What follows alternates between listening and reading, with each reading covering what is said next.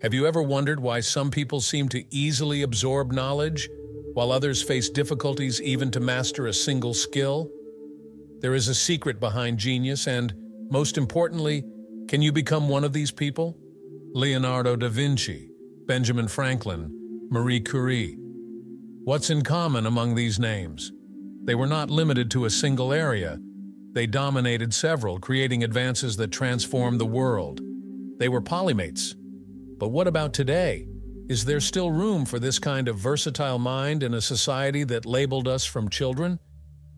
From an early age, we hear questions such as, "What do you want to be when you grow up?"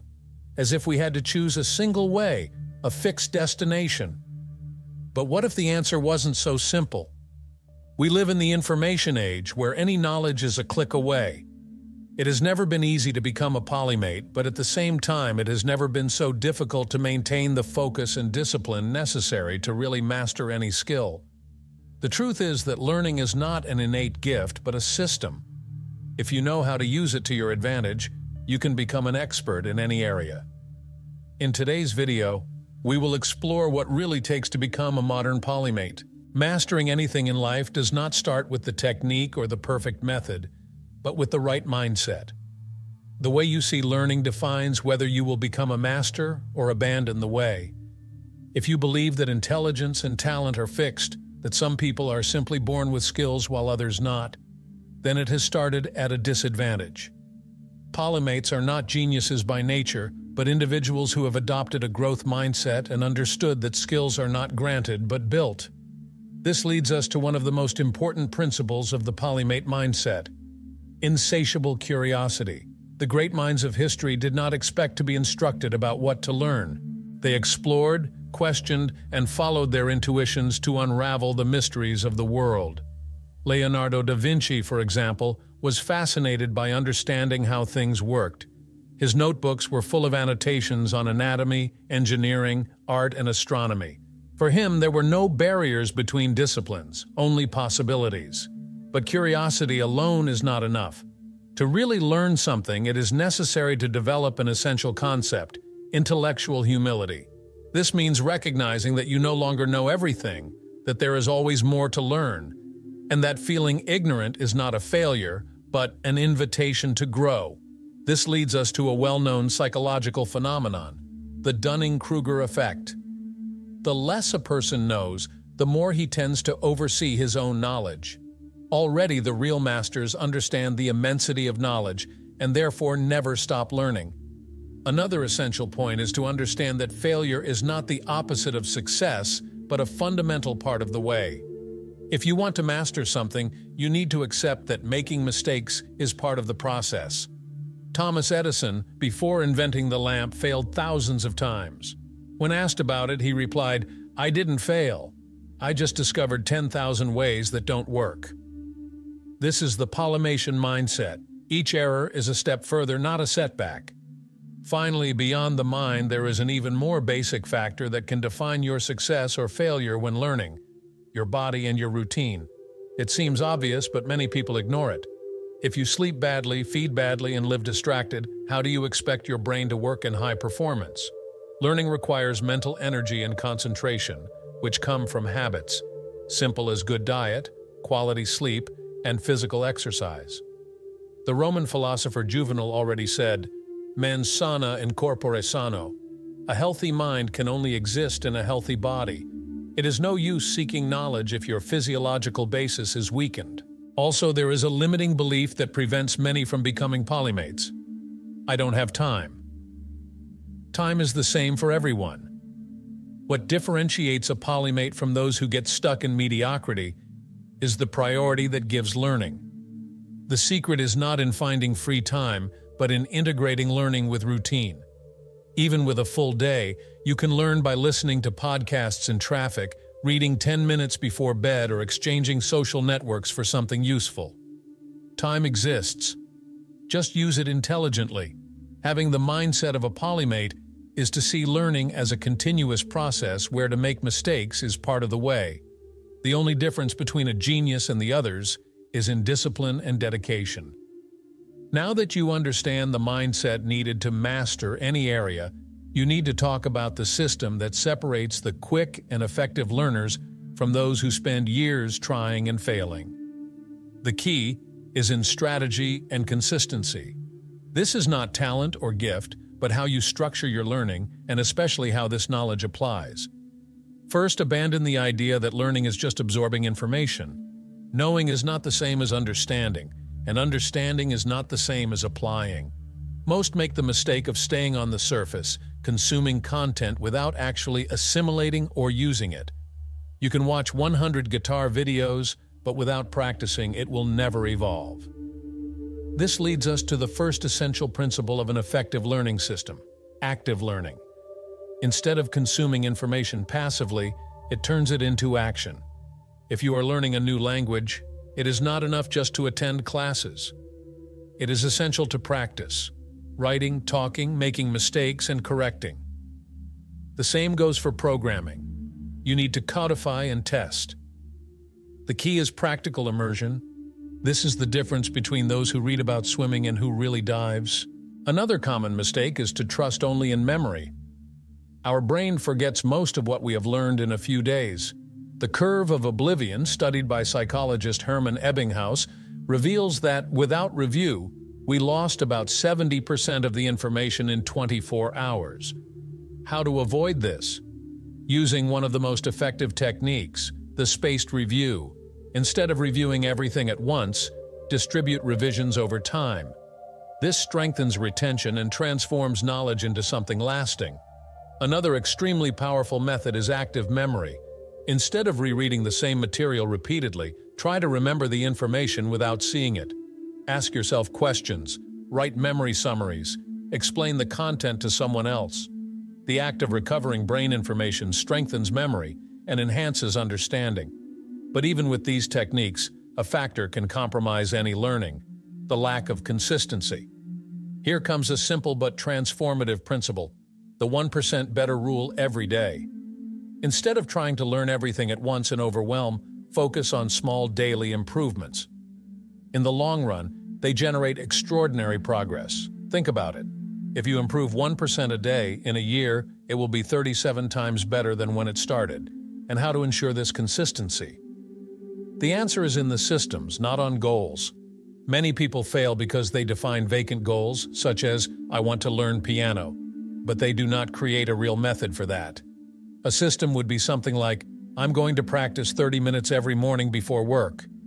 Systems work because they eliminate the dependence on motivation. You simply do, making it part of your routine. A crucial element is time management. The excuse of the lack of time usually reflects only misaligned priorities. If you want to learn something, you should cut distractions and plan your day. Time block is an effective technique. Set fixed times to study and treat them as non-negotiable commitments. Methods such as Pomodoro, 25-minute focus cycles followed by short pauses, maximize productivity and retention. But even with the best system, there is a villain who threatens everything: procrastination. And why do we postpone? Because the beginning seems difficult. The solution is simple: start small. If an hour looks a lot, study for 5 minutes. If an intimidated chapter, read a single page. As soon as it begins, your brain enters the pace and everything flows. With a system based on active learning, space revision, and consistency, mastering any ability is no longer a matter of luck and becomes just a matter of time. But a deeper question arises: how to turn knowledge into something really impactful? The answer lies in the ability to connect different knowledge. True polymate does not only accumulate information, it combines them to innovate. Great minds of history followed this principle. Da Vinci united art, anatomy, engineering, and philosophy. Benjamin Franklin was a scientist, writer, inventor, and diplomat. Marie Curie revolutionized science by merging chemistry and physical. Their difference was not just to learn, but to see invisible links between distinct areas. However, society conditions us to linear thinking. From an early age, we are pressured to choose a single specialization and follow in it rigidly. This fragments our worldview. Innovation arises when we integrate knowledge and think in an interdisciplinary way. How to develop this skill? The first step is to expand horizons. The common mistake is to focus on a single field and ignore the others. Does it work with technology? Study philosophy. Are you an artist? Explore neuroscience. Everything is interconnected. Just see the patterns. This leads us to a key concept: associative thinking. It is the ability to connect apparently disconnected ideas to create something new. Steve Jobs said that creativity is simply turning on points. He revolutionized Apple Computer's design because he studied in college handwriting. This knowledge, which seemed irrelevant, became the basis of modern digital typography. However, absorbing random information is not enough. To generate connections, it takes a method to process and organize what you learn. One of the most powerful approaches is Zettelkasten, a system of notes that interconnects ideas and reveals hidden patterns. Instead of accumulating loose data, you create a structured knowledge network. Another essential element to enhance insights is the use of metaphors and analogies. The greatest thinkers of humanity resorted to metaphors to make complex ideas more understandable because they reveal unexpected connections. Einstein, for example, used the image of a free-fall elevator to illustrate the theory of relativity. Great writers build integers based on analogies with the real world. If you want to be a polymate, get used to seeing parallels between different areas of knowledge. Moreover, one of the most effective ways to develop this ability is to learn several disciplines simultaneously. Instead of studying a single theme in isolation, mix different fields. For example, if you are learning programming, combine with design. If you study history, add psychology. This forces the brain to establish unusual links and generates innovative ideas. However, the true accelerator of this process is to consciously apply multiple knowledge in problem-solving. Many polymates have stood out for transferring solutions from one domain to another. Nikola Tesla, for example, combined electrical engineering with principles of magnetism and mechanics to create inventions that looked like science fiction. Richard Feynman, one of the great physicists of the 20th century, used music and art to teach quantum physics. This leads us to a crucial point. To become a true polymate, it is not enough to consume knowledge. We need to produce something new with it. Whether writing, programming, drawing, composing, or building, learning becomes powerful only when it is transformed into creation. In the end, the art of connecting ideas differentiates those who only accumulate information from those who really impact the world. There has never been a better time to be a polymate. In the past, learning a new skill required to find a master, travel to a library, or spend years trying to attempt and error. Today, everything is a few clicks away. But here's the paradox. If we have unlimited access to knowledge, why do so many people still feel they don't learn anything right? The answer lies in the use of technology. The internet is not just an entertainment tool, but the largest living encyclopedia in history. However, the difference between those who dominate various skills and who only consumes content is in the way they use this tool. Another essential point is the use of structured teaching platforms. Knowledge has never been so accessible, but it only transforms the life of those who act on it. There is also a powerful strategy that few exploit: the gamification of learning. Instead of getting lost in distractions, you can use it to accelerate the learning process. But here is one of the biggest challenges of technology. It can be your biggest ally or its worst enemy. How many times have you taken your phone to look for something important and, without realizing it, ended up rolling the feed for minutes or even hours? The problem is not the lack of time, but excessive distractions designed to capture your attention. True mastery of technology happens when you control it instead of being controlled. The key is to create a strategic digital environment. This includes using filters to block social networks at times of study, disable unnecessary notifications, and establish fixed times for learning. A real polymate not only uses technology, but knows how to filter what really matters. Another effective strategy is to use technology to record and share your learning. Create a blog, a YouTube channel, or publish summaries on social networks. This forces your brain to process knowledge in deeper. Feynman's technique teaches that if you can't explain something simply and clearly, then you haven't fully understood it. And the best way to prove it is by teaching what you have learned. One of the greatest revolutions of modern learning is global collaboration. Learning is no longer a lonely act and has become a collective process. But in the end, technology is just a tool. It can enhance your ability to learn, but it doesn't do the job for you. What really differentiates a polymate from an ordinary person is not access to information, but the discipline to apply it. Now that you have the right mindset, an efficient system, the ability to connect ideas and the technology to your advantage, just one step is missing: acting. Because in the end, what defines a polymate is not how much he knows, but what he does with this knowledge. The great illusion of learning is to think that it belongs to a few lucky geniuses. The truth is that anyone can master any skill as long as they are willing to adopt the right mindset, follow a method, and connect information intelligently with technology as an ally. The world has always favored those who think widely, transit between different areas, and identify patterns where others see only loose fragments. But we live in an era in which specialization chokes creativity and where many are limited to a single field, afraid of seeming curious rather than experts.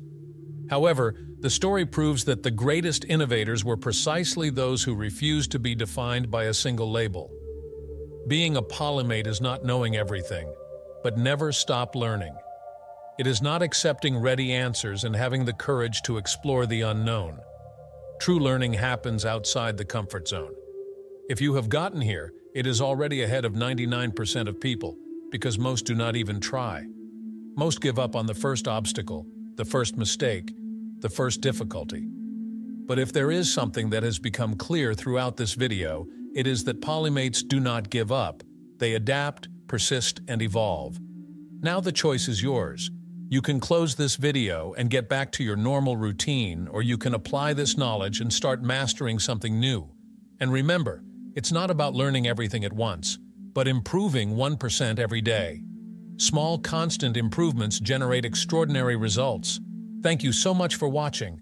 Now I want to know, what ability did you ever want to learn but never took the first step? Write in the comments. Who knows, your answer inspires someone starting too. Oh, and before you leave, enjoy the video. Subscribe to the channel and activate the bell to help me continue bringing quality content.